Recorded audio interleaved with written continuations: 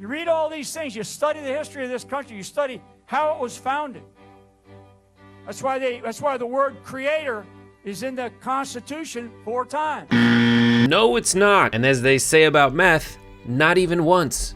Right, we are endowed by our creator. Oh, I get it. You're talking about the Declaration of Independence. Yes, it's in that document, but not 4 times. That's Michael Flynn, former National Security Advisor to Donald Trump. And here he is, lying to the faithful, pretending to be a holy man when he is wholly mistaken. The Bill of Rights.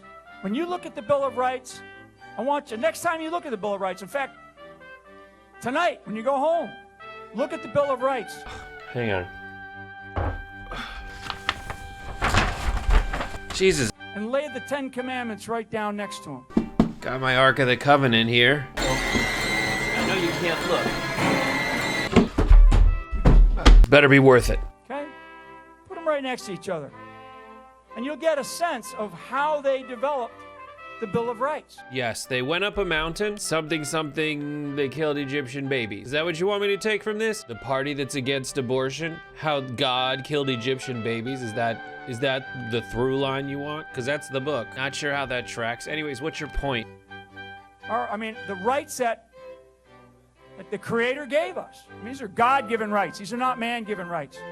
Okay, so you look at those two, you match those two. Those are called promises. Those are called promises. Those are the promises that we make to each other as American citizens. All of the various rights that we have.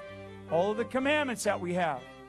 I'm gonna stop you right there. I'm Brett Erlich, and this is my new segment, A Holy Shit, where we talk about holy shit. And I'm here with my buddy Jesus. He's like, what am I doing here? I didn't consent to this. Who cares? If you're everywhere, you gotta be here. Literally everything Mike Flynn just said is lies. I will prove it to you. The only thing the 10 amendments to the Constitution that make up the Bill of Rights and the 10 commandments have in common is that there are 10 of them. And more importantly, pretty much every commandment in the Bible is the exact opposite of one of the amendments to the Constitution. The First Amendment outlines freedom of religion, which basically says no one can tell you which God you can believe in. And Mike Flynn, let's look at the First Commandment. I am the Lord your God. You shall have no other God besides me. That is the opposite of freedom of religion, man. Oh my God, and when I said that, Jesus went quiet.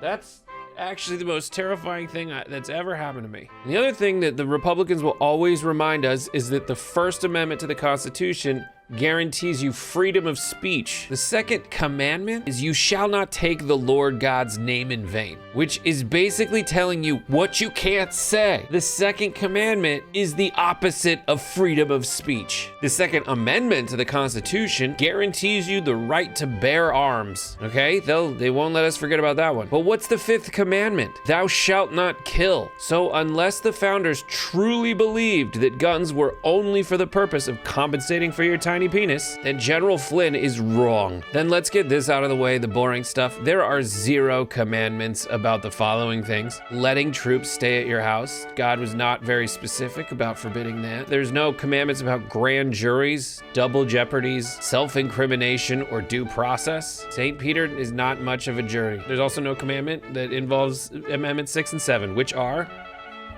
No one fucking knows. Literally no one knows that. Criminal prosecutions and common lawsuits. No one knows. No one cares. The 8th Amendment, though, the 8th Amendment to the Constitution forbids cruel and unusual punishment. And no, there is no commandment about that, but in the same movie where Moses goes and gets the commandments from Charlton Heston, I think, the beginning of that movie, God tortures the Egyptians with like frogs from space, which might not be cruel, but definitely unusual. Boils. That's cruel. That's a weird one. Boils. Just herpes. That's weird. The only real similarity between the story of the 10 Commandments and the story that Republicans are living out in their daily lives right now is the part where the people lose sight of the true message of the religion they want everyone to believe they're fundamentally committed to. And then when he goes away for a second, they donate all of their money and all of their time to worshiping a big stupid golden cow, a big fat orangey gold thing. And obviously no discussion of General Flynn would be complete complete without the 8th commandment, which is thou shalt not lie. And meanwhile, General Flynn, this guy here, I will remind you, literally admitted that he lied to the FBI. And all these people worship Donald Trump,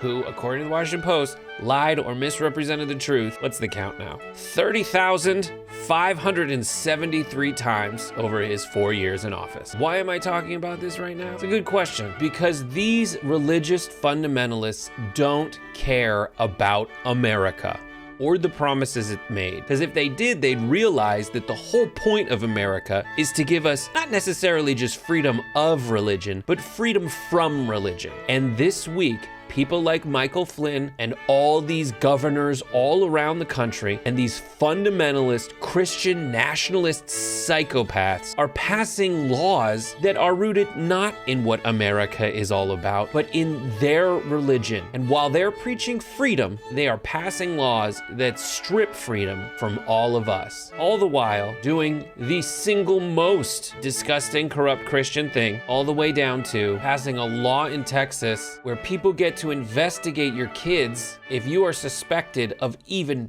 thinking of condoning anything transgender. So, much like thousands of holy men across the country and the world, they're just obsessed with kids' genitals. God bless them. I'm Brett Erlich. This has been Holy Shit, my new segment, Holy Shit, where we talk about holy shit.